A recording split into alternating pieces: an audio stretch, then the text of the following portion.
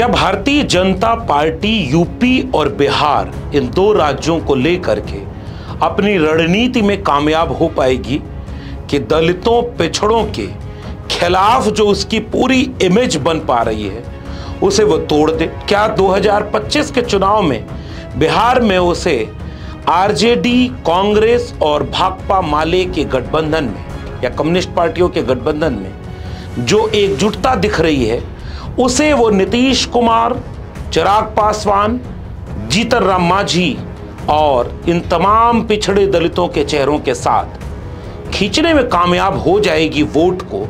लेकिन उत्तर प्रदेश में क्या होगा? उत्तर प्रदेश पर बात करना इसलिए भी जरूरी है क्योंकि उत्तर प्रदेश बीजेपी के लिए गुजरात के बाद सबसे बड़ा एक जरिया बन गया है। चाहे वो हिंदुत्व की राजनीति हो, चाहे वो सांप्रदायिक राजनीति का अलग अलग चैप्टर हो, कभी काशी, कभी संभल, कभी अयोध्या, कभी मथुरा, और कभी भारतीय जनता पार्टी का मूल राजनीतिक चरित्र सांप्रदायिक के साथ साथ जातिवादी भी है, उसकी भी वानगी उत्तर प्रदेश में साफ देखने को मिल रही है।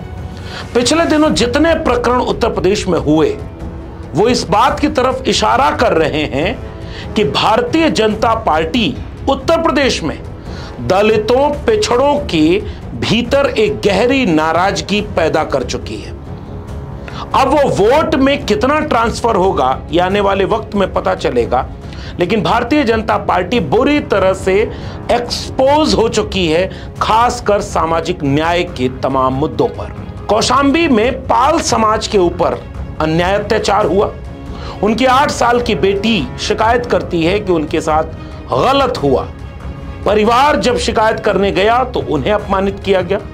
पुलिस के दबाव में उप मुख्यमंत्री के इशारे पर पूरा का पूरा प्रक्रिया बदल दी गई और इस बात को ठीक ठाक चर्चा उत्तर प्रदेश में मिली कि पाल समाज को ही फंसा दिया गया और वही जेल में चले गए। यानी जिसके ऊपर अन्याय हुआ, पुलिस प्रशासन, मुकदमा, केस, सरकार सब मिल करके बाद में वही दोषी हो गए। कौशांबी का एक एग्जाम्पलरी है एक केस। पाल समाज की बिटिया के साथ घटना हुई, उसके पिता को जेल भेज दिया, इनाम घोषित कर दिया। क्या नहीं घोषित हुआ बताओ आप? भाई जिसकी बेटी के साथ घटना हुई हो उसी के पिता पर आरोप, उसी को जेल भेज दिया, उसी पे 25,000 रुपए का इनाम घोषित हो गया और सरकार में बैठे लोग अपने केस वापस ले रहे हैं। उसके बाद इटावा का कथावाचन का प्रकरण सामने आ गया और उसमें साफ दिखा, वीडियोस आई, गाली, धमकी, नाक रगड़वाना, कपड़े फाड़ना, उलाहना देना, धर्म भी वहां पर ट्रैप में आ गया था। लेकिन केंद्र में जो जाति का सवाल आया कि इन्होंने जाति छिपाई और ये यादव थे, कथा कैसे कह सकते हैं? इस पीठ पर बैठ करके इन्होंने अपमानित कर दिया। यादव है या हरिजन है, लेकिन ब्राह्मण तो नहीं। ब्राह्मण होते और पूरा प्रकरण वायरल हो गया। भारतीय जनता पार्टी इटावा वाले प्रकरण पर बहुत कूटनीतिक चुप्पी तो बरते रही, मगर सरकार के इशारे पर पुलिस प्रशासन के रवैये और दूसरे तरह के लोगों के पिछले दरवाजे से एंट्री ने इस मामले में भी बीजेपी को यह साबित कर दिया कि वो दलितों पिछड़ों के साथ खुलकर खड़ी तो कहीं नहीं दिख रही। उत्तर प्रदेश में जितना भी हो रहा है वो इस बात की तरफ इशारा कर रहा है कि 2027 में बीजेपी के लिए आसान डगर कतई नहीं है। CSDS और लोक नीति के आंकड़ों को अगर सच माने तो 2017 में 82-83% ब्राह्मणों ने वोट दिया। 2022 के चुनाव तक आते आते ब्राह्मण समुदाय नाराज बताया जा रहा था। यह बताया जा रहा था कि उसको बहुत शोषित किया गया, उनकी सुनवाई नहीं बीजेपी की सरकार में, ठाकुरवाद हावी है। मीडिया में इस तरह की भरी पूरी रिपोर्टिंग की गई। नैरेटिव ये बनाया गया कि ब्राह्मण नाराज है, बीजेपी हार जाएगी। और CSDS और लोक नीति के आंकड़े को अगर गौर से देखें तो ये बता रहे हैं कि पिछली बार से 6% ज्यादा वोट ब्राह्मणों का बीजेपी को मिल गया। 89% ब्राह्मण वोट बीजेपी को मिला।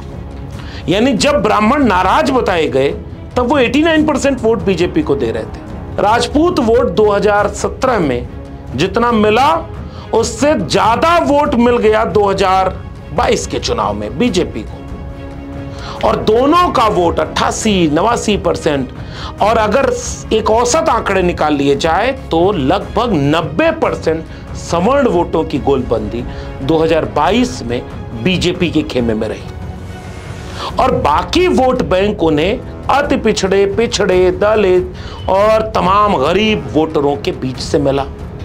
2017 में भी मिला, 2022 में भी मिला।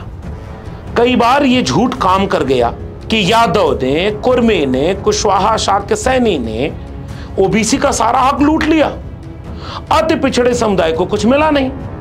तो नाई, राजभर, निषाद, मल्ला, कुम्हार, लुहार, बढ़ई, मोची, तमाम वे जातियां जो अति पिछड़े समुदाय की आती हैं, उनके भीतर एक आक्रोश को पैदा किया गया, झूठे आंकड़ों का सहारा लिया गया, जैसे 46 में 56। नहीं, माफ कीजिए, ये तो योगी जी ने बोला था, असली तो था 86 में 56। ये झूठ 2017 में भी बोला गया, ये झूठ 2022 में भी बोला गया, और शायद बीजेपी इस झूठ को 2027 तक ले जाएगी। जबकि पिछले दिनों अखिलेश यादव ने कहा कि अब तो 7-8 साल हो गए आपकी सरकार के, आंकड़े तो दे दो, कहां है कितने लोग, कोई आंकड़े नहीं। एक बार ये आरोप लगा रहे थे सदन में कि 46 में 56 एसडीएम यादव हो गए। हम लोग खड़े होकर के पूछे कि बताओ मुख्यमंत्री जी, वो 46 में 56 वाली सूची कहां है? उस दिन से लेकर के आज तक बताओ वो सूची क्या जारी की इन्होंने, क्या जारी कर पाए वो? जाति जनगणना कराने का दबाव इस पूरे उत्तर भारत की राजनीति का बीजेपी के ऊपर साफ दिख रहा है, क्योंकि जो नरेंद्र मोदी ये कहते रहे कि जाति तो होती नहीं, गरीब अमीर होती है, वे जाति जनगणना करा रहे हैं। लेकिन जाति जनगणना 2027 तक तो होनी नहीं, वो शुरुआत रहेगी, प्रोसेस में रहेगी। 29 के चुनाव तक भी उसका असर नहीं पड़ेगा, क्योंकि तब तक आंकड़े नहीं आए होंगे। ऐसे में एक झूठ फिर से बोला जाएगा कि ओबीसी का सारा हक कौन खा गया, क्योंकि बिहार में यह झूठ नहीं चल पाया। बिहार में जब बार बार यही बोला गया कि यादवों ने सबसे ज्यादा हक ले लिया, और आंकड़े जब आए तो हैरान करने वाले थे। चंद सवर्ण जातियां अपनी आबादी के 3 गुना, 5 गुना, 10 गुना तक जगह घेरी हुई थी, और ओबीसी में यादव जाति या और कुर्मी तमाम लोगों में उतना आबादी नहीं थी जितना आरोप लगाया गया था। उत्तर प्रदेश में तो ऐसा कोई आंकड़ा भी सार्वजनिक भी नहीं। इसलिए बीजेपी के पास 2027 में फिर से यही शगुफा होगा कि समाजवादी पार्टी को यादव और मुसलमान की पार्टी तक महदूद किया जाए, और झूठ फैलाया जाए कि अति पिछड़ा समुदाय फिर से नाराज होकर के बीजेपी को ही वोट देता रहे। दलित समुदाय का एक हिस्सा बसपा के साथ इंटैक्ट रहेगा, विपरीत परिस्थितियों में भी 10-12% बसपा का वोटर है, और बाकी वोटर को अपनी तरफ ले आने के लिए बीजेपी अलग अलग हथकंडे इस्तेमाल करेगी। 2024 के लोकसभा चुनाव में तो संविधान का नैरेटिव काम कर गया। पढ़े लिखे, जागरूक, समझदार दलित पिछड़े एक होकर के समाजवादी पीडीए के परचम के साथ खड़े हो गए। तमाम उन लोगों ने समाजवादी पार्टी को भी वोट दे दिया जो बसपा के कोर कैडर हुआ करते थे, और बीजेपी की साजिश को समझ गए थे कि अगर ये आ गए तो संविधान को बदल देंगे। लोगों को लग रहा था कि 2027 के चुनाव में अब संविधान का नैरेटिव तो चलेगा नहीं, फिर 27 के चुनाव के लिए क्या पीडीए चल पाएगा? इस बात को बखूबी समझते हुए अखिलेश यादव ने इस पीडीए को बरकरार रखा, और यहां तक कि जब अलग अलग तरह के एक नए संस्कृति में इस पीडीए को मजबूत करने की कोशिश की। समाजवादी पार्टी ने गांव-गांव पीडीए, समाजवादी पीडीए जन पंचायत लगाया, और पीडीए पंचायत के जरिए गांव-गांव तक पीडीए के विचार को पहुंचाने की कोशिश की। यानी पिछड़े, दलित और अल्पसंख्यक कैसे एकजुट हैं। टैक्टिक्स के तौर पर एक पॉलिटिकल पार्टी के मजे हुए नेता की तरह अखिलेश यादव बीच बीच में पी का अर्थ कुछ और, डी का अर्थ कुछ और, ए का अर्थ कुछ और बता देते हैं। लेकिन जब रामजीलाल सुमन का प्रकरण हुआ तो अखिलेश यादव हाथ में हाथ पकड़े उनके साथ खड़े नजर आए। जब इटावा का प्रकरण हुआ तो अखिलेश यादव उन लोगों को, अपमानित किए गए लोगों को कार्यालय में बुला करके उनके साथ खड़े नजर आए। जब देवरिया में प्रेमचंद का घर गिराए जाने की जब बात आई, अखिलेश यादव वहां नजर आए। कौशाम्बी में पाल समाज के लोगों के ऊपर अन्याय अत्याचार बढ़ा तो तो अखिलेश यादव का पूरा प्रतिनिधिमंडल उनके साथ खड़ा रहा। उत्तर प्रदेश की राजनीति में अखिलेश यादव ने पीडीए समाज के ऊपर जितने तरह के शोषण अत्याचार हुए, हर जगह अपना प्रतिनिधिमंडल भेजा। 37 सांसदों की पार्टी का फायदा यह मिल रहा है कि हर प्रतिनिधिमंडल उस वंचित शोषित जमात को एड्रेस करने के लिए अपने नेता को उसमें सबसे ऊपर पाता है। कहीं कोई राजभर है तो कहीं कोई शाक्य, कहीं कोई कुर्मी है तो कहीं कोई कुशवाहा, कहीं कोई सरोज है तो कहीं कोई रामजीलाल सुमन। पूरा डाइवर्सिटी के साथ उन्होंने इस बिसात को आगे बढ़ाया है और समाजवादी विचारधारा के मूल्यों पर यह पीडीए एक कारगर रणनीति की तरह आगे बढ़ रहा है। भारतीय जनता पार्टी क्या दलितों पिछड़ों के भीतर की नाराजगी को 2027 के पहले किसी भी सूरत में दूर करने की कोशिश नहीं करेगी? जाहिर सी बात है करेगी। सरकार है, हथकंडे उनके पास है, पुलिस है, प्रशासन है, पैसा है, मीडिया है। उनसे लड़ने का काम जनता करती है और जनता में पीडीए समाज के लोगों ने यह साफ तौर पर देखा है कि 69,000 शिक्षक भर्ती घोटाला इस देश का सबसे बड़ा घोटाला है जो बीजेपी की सरकार में हुआ। बीजेपी झूठ बोलती रही कि 69,000 शिक्षक भर्ती का घोटाला ही नहीं हुआ। पकड़े जाने पर, राष्ट्रीय पिछड़ा वर्ग आयोग के द्वारा लताड़ लगाए जाने पर माना 6800 शिक्षकों की सूची भी जारी की, किसी को नौकरी नहीं दी। वो लड़े, वो गाली खाए, मुकदमा खाए, लाठी खाए, मगर किसी को नौकरी नहीं मिली। तो जब दलितों पिछड़ों के बीच चर्चा होती है तो उन्हें 69,000 शिक्षक भर्ती घोटाला याद आता है। उन्हें याद आता है कि दलितों पिछड़ों पर सबसे ज्यादा मुकदमे बीजेपी की सरकार में हुए हैं। उन्हें याद है कि थानों पर जाने पर पुलिस कभी गाली देते हुए, कभी अपमानित करते हुए, कभी फिरौती मांगते हुए तो कभी धमकाते हुए उनके खिलाफ खड़ी नजर आ रही थी। बुलडोजर जब जब चला वो किसी पीडीए के समाज के ऊपर ही चला। फर्जी मुठभेड़ में गोली चप्पल पहनकर एसटीएफ ने जब जब चलाया, अधिकांशतः वो गोली पीडीए समाज के लोगों पर चली। स्कूल बंद करने का फरमान तो अभी ताजा ही है और सबको पता है इन सरकारी स्कूलों में 90% बच्चे इसी पीडीए परिवार के होते हैं। वो गरीब, कमजोर, बेबस, लाचार पहली पीढ़ी के बच्चे स्कूल जाकर अपनी गुलामी को दूर करने, बेबसी लाचारी से लड़ने और बेहतर भविष्य के लिए पढ़ने जाते थे। उत्तर प्रदेश की योगी सरकार ने स्कूलों को बंद करने का फरमान दिया और अब शिक्षा तो गांव-गांव तक पहुंची रही है। पहुंचे ना पहुंचे, जागरूकता पहुंच रही है। इतना आसान नहीं है अब किसी दलित पिछड़े को मूर्ख बना लेना। हालांकि अभी गांवों तक गरीबी है, भुखमरी है, बेकारी है, लाचारी है, बेबसी है, इसलिए धोखा खा जाते हैं दलित पिछड़े गांव-गांव में। मगर अब जागरूकता इस कदर बढ़ी है कि हर मुद्दा अब बड़ा बन जा रहा है। अब इतना आसान नहीं रहा किसी दलित पिछड़े का आप शोषण कर लें और वो मुद्दा न बने। ये जागरूकता क्या बीजेपी को भारी नहीं पड़ेगी? ये जागरूकता क्या बीजेपी के 5 किलो अनाज और 500 रुपए का मुकाबला नहीं कर सकती? मेरा मानना है कि उत्तर प्रदेश पूरी तरह से भीतर भीतर बदल रहा है। बीच में अब कोशिश ये की जाएगी कि पिछड़ी जातियों को पिछड़ी जातियों से लड़ा दो, अति पिछड़ी जातियों की नाराजगी को उकसा दो, उनको बताओ कि अब ओबीसी में आपका हक कहां है, लेकिन जाति जनगणना मत होने दो, आंकड़े अभी आने मत दो, उन आंकड़ों पर कोई नियुक्ति मत होने दो। लेकिन अति पिछड़ा समुदाय का व्यक्ति भी तो पूछेगा कि उनके समाज का कोई निषाद मंत्री बना, कोई राजभर मंत्री बना, कोई अति पिछड़ा मंत्री बना तो उसकी चली क्या? विधायकों की तो कोई औकात ही नहीं बची। मंत्री जी लोग परेशान हैं और मंत्री जी लोगों को भी पता है कि उनका इस सरकार में क्या स्थिति बना दी है बीजेपी ने। वोट लेने के लिए कुल्हाड़ी की लकड़ी को, जंगल को दिखाने के लिए जाति को आगे कर दिया। लो एक एक जाति का हमने हर जगह मंत्री बना दिया, लेकिन उनके मुद्दों पर वो मंत्री भी नहीं बोल पाए, वो लड़ नहीं पाते, वो 69,000 शिक्षक भर्ती घोटाले में नहीं बोल पाए, वो फर्जी मुकदमों पर नहीं बोल पा रहे, वो अपने लोगों को नहीं बचा पा रहे।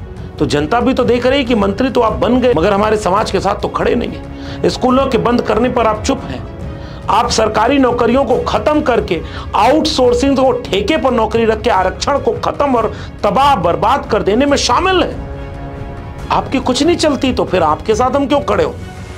ये है वो बिसात 2027 की जहां बहुत कुछ पक रहा है। अब सवाल इस बात का है कि समाजवादी पार्टी जो प्रतिनिधि मंडल बना करके एक पीडीए की एकता बना रही है, वो बीच बीच में कभी ब्राह्मण सम्मेलन, ठाकुर सम्मेलन भी करा देती है, क्योंकि वो पार्टी है तो उसमें हर तरह के लोग होंगे। लेकिन उसी बीच में यह पता चलता है कि ब्राह्मण समाज के नेता प्रतिपक्ष बनाए जाने के बावजूद गोरखपुर में जब उनका काफिला जा रहा था तो उसके ऊपर हमला करवा दी बीजेपी। हमला करवा देती, इतने हमले, पुलिस के ऊपर इतने आरोप, कोई एक्सप्रेसवे बना उसमें भ्रष्टाचार, पुलिस के संगीन आरोपों में पुलिस फिरौती मांग रही है, पुलिस फर्जी मुकदमे कर रही है, और एक्सप्रेसवे के नाम पर इतने बड़े बड़े घोटाले, चाहे वो बुंदेलखंड एक्सप्रेसवे हो, चाहे पूर्वांचल हो, चाहे वो गोरखपुर लिंक वाला हो। योगी जी का दावा कहीं और नजर आता है और हकीकत कहीं और नजर आती है। ट्रांसफर और पोस्टिंग के लिए इतनी बोली लग रही है और सरकार के शामिल लोग बता रहे हैं।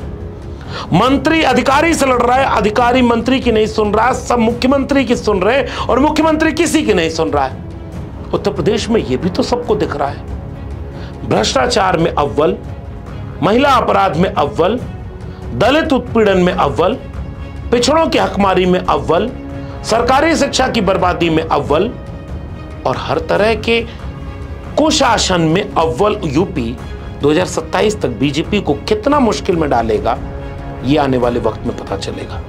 और आखिर में क्या अमित शाह चाहेंगे कि योगी जी तीसरी बार मुख्यमंत्री बने? क्या मोदी जी चाहेंगे कि योगी जी उनके उत्तराधिकारी बने? क्या योगी जी चाहेंगे कि अमित जी और नरेंद्र जी उनको आगे आने देंगे? और दोनों मिलकर क्या उनको रोक पाएंगे? और आरएसएस इन सब को किन उंगलियों में कैसे नचाएगा? और बाद में पूरा कारपोरेट घराना किसके साथ खड़ा होगा जिसमें उसे लगेगा कि भविष्य किसके साथ है? यानी बीजेपी के भीतर खाने की पॉलिटिक्स क्या इस चीज को बढ़ावा नहीं देगी कि बीजेपी के नेताओं की ही बीजेपी के सरकार में, योगी सरकार में क्या स्थिति रही, ये उनकी पीड़ा यदा कदा प्रेस कॉन्फ्रेंस से लेकर के निजी बातचीत में झलकती ही रहती है। इसलिए बीजेपी कोशिश करेगी कि समाजवादी पार्टी के पीडीए को डाइल्यूट करके, कभी यादव मुसलमान में महदूद करके उनको केवल 2 लोगों की पार्टी साबित कर दें और पीडीए को खत्म करें। मगर समाजवादी पार्टी बहुत बारीकी से पीडीए में एकजुट है। बसपा के कमजोर होने और पीडीए के मजबूत होने में वाइस वर्सा ये दिख रहा है कि अब एक बड़ी गोलबंदी उत्तर प्रदेश में बीजेपी के खिलाफ हो रही और बीजेपी सरकार ने अपने ही कारनामों से, अपने हिंदुत्व की राजनीति, सांप्रदायिक राजनीति, धर्म की राजनीति और जातिवादी राजनीति के चलते ये पैगाम उत्तर प्रदेश के दलितों पिछड़ों को दे दिया है कि उनके दिल में मनुस्मृति है, भारत का संविधान नहीं। मेरा मानना है कि उत्तर प्रदेश में ये बीजेपी को भारी पड़ने जा रहा। आपका क्या मानना है नीचे कमेंट बॉक्स में बताइएगा। अगर ये वीडियो और ये विश्लेषण पसंद आया हो तो इसे आगे बढ़ाइएगा। मेरे चैनल को अब तक सब्सक्राइब न किया हो तो चैनल को सब्सक्राइब जरूर कर लीजिए। बेल आइकॉन यानी घंटी की बटन दबाएंगे तो अगली वीडियो की सूचना मिलेगी। और अगर आप मेरे चैनल को ज्वाइन करेंगे तो हमें आर्थिक मदद मिलेगी। अगर आप इस वीडियो को ट्विटर यानी एक्स या फेसबुक पर देख रहे हैं तो हमें फॉलो करना मत भूलिए। फिर मिलेंगे अपने विश्लेषण के साथ, तब तक के लिए बहुत बहुत धन्यवाद।